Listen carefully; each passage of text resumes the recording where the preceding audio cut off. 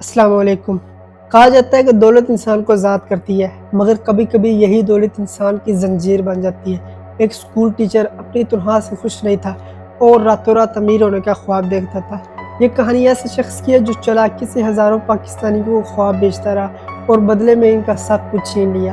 یہ کہانی ہے ڈبل شاہ کی، ایک ایسا نام جو پاکستان تحریک کا سب سے خطرناک اسکیمر بنا۔ آج کی ویڈیو میں ہم یہ دیکھیں گے کہ صرف 18 ماہ میں اس نے 7 ارب روپے کیسے کمائے۔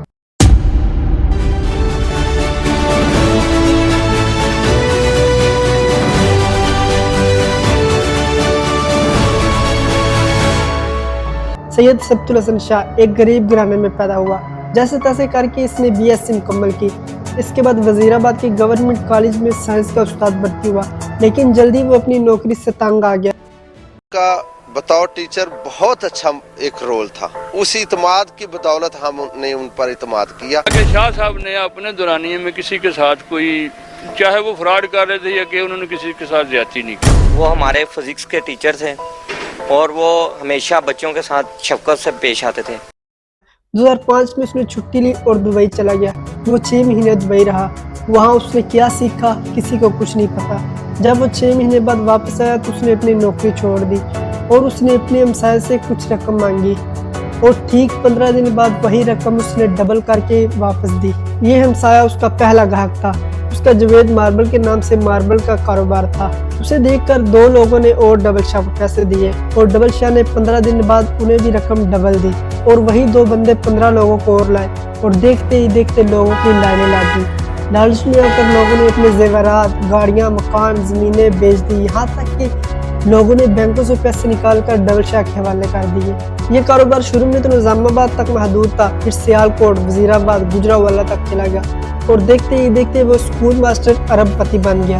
یہ کاروبار 18 ماہ چلا اور ان 18 مہینوں میں 42,000 لوگوں نے 7 ارب روپے جمع کروائے۔ شروع میں تو وہ 15 دن میں رقم ڈبل کرتا تھا، بعد میں یہ مدت 1 مہینہ ہو گئی اور پھر 2 مہینے اور آخر میں 70 دن تک چلی گئی۔ یہ سلسلہ چلتا رہا، لیکن پھر اس کے برے دن شروع ہو گئے۔ وہ خفیہ اداروں کی نظروں میں آنے لگا۔ تحقیقات ہوئی، پتہ چلا کہ یہ ڈبل شاہ پونزی اسکیم چلا رہا ہے۔ پونزی اسکیم چارلز پونزی کے نام پر رکھی گئی، جس نے 1950 میں اپنے انویسٹر کو کچھ ہی مہینوں میں 50% ریٹرن پرومس کیا اور وہ اپنے نئے گاہکوں سے پیسے وصول کر کے اپنے پرانے گاہکوں کو واپس کر دیتا تھا۔ جب نئے انویسٹر نہ بند ہو جاتے یا بہت سے لوگ اپنے پیسے وصول کر لیتے تو یہ اسکیم کولیپس ہو جاتی۔ تاریخ میں آج تک سب سے بڑی پونزی اسکیم برنارڈ میڈوف نے چلائی، جو ایک امریکی فائنینشیل کرمنل تھا، اور اس اسکیم کی بدولت میڈوف نے $55 بلین کا منافع بنایا۔ Just broad-based declines across all of the major technology sectors. Apple's under pressure. یہ اسکیم اتنی نقصان دہ ہو سکتی ہے کہ اس میں پورے ملک کی اکنامی تباہ ہو سکتی ہے۔ سال 1997 میں البانیہ میں شدید اکنامک ڈاؤن فال آیا۔ اس کی وجہ یہ بنی کہ ادھر چلتی پونزی اسکیم کو فنڈ کرنے کے لیے ڈائریکٹ گورنمنٹ سے پیسے لوٹے گئے اور جلدی ڈیموکریٹک پارٹی کولیپس کر گئی۔ پونزی اسکیم کو پیرامڈ اسکیم بھی کہا جاتا ہے۔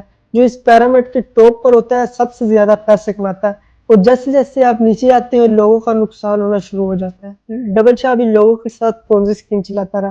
جن لوگوں نے لاکھوں رقم جمع کروائی تھی انہیں 70 دن کا ٹائم دیا گیا تھا اور ایسے وہ ڈبل شاہ کے جال میں پھنس گئے۔ ان لوگوں کو جلدی اس بات کا پتہ چل گیا تھا کہ ان کے ساتھ بہت بڑا فراڈ ہوا ہے، پھر انہوں نے سڑکوں کا رجوع کیا۔ اسی وجہ سے 2007 میں سید ثبت الحسن شاہ یعنی ڈبل شاہ نیب کے شکنجے میں آ چکا تھا، لیکن یہ بندہ بہت چالاک تھا۔ اس کی جائیداد، زمینیں، اکاؤنٹس اور سیب پکڑے گئے۔ یہ رقم 3 ارب روپے بنی۔ اس نے یہ رقم چپ چاپ نیب کے حوالے کر دی ہے۔ ڈبل شاہ نے اس اسکیم سے دبئی میں بہت سی انویسٹمنٹ کی تھی، جیسے کلبز، کیفے وغیرہ، اور اسے 1 جولائی 2012 کو 14 سال کی قید کی سزا ہوئی۔ ڈبل شاہ 13 اپریل 2007 کو قید ہوا تھا، پھر عدالت کے فیصلے تک 5 سال قید کاٹ چکا تھا۔ ڈبل شاہ نے محسوس کیا کہ وہ 3 ارب روپے پہلے ہی نیب کو دے چکا ہے اور باقی کے 4 ارب روپے اسے پری بارگننگ کے طور پر دینے پڑ جائیں گے، اور اس نے پھر چپ چاپ باقی کے 2 سال کاٹ لیے۔ کہ اگر نیب ڈبل شاہ کے جھانسے میں آ جاتے ہیں اور اس کو ریلیز کر دیتے اس کی انشورنس کے اوپر یہ پیسہ ریکور کیے بغیر اور وہ ہمیشہ خان کی طرح ملک چھوڑ کے فرار ہو جاتا، تو آپ مجھے یہ بتائیں جو یہ 46,000 متاثرین ہیں تمام گروپس کے، جس میں 24,000 تو ڈبل شاہ کے متاثرین ہیں، ان کو پیسہ کون ریکور کر کے دیتا؟ ڈبل شاہ 15 مئی 2014 کو جیل سے رہا ہوا۔ ساتھیوں نے اس کے گیٹ پر خوب استقبال کیا، اسے جلوس کی شکل میں وزیر آباد واپس لے گئے۔ وزیر آباد میں ڈبل شاہ کی آمد پر خوب آتش بازی ہوئی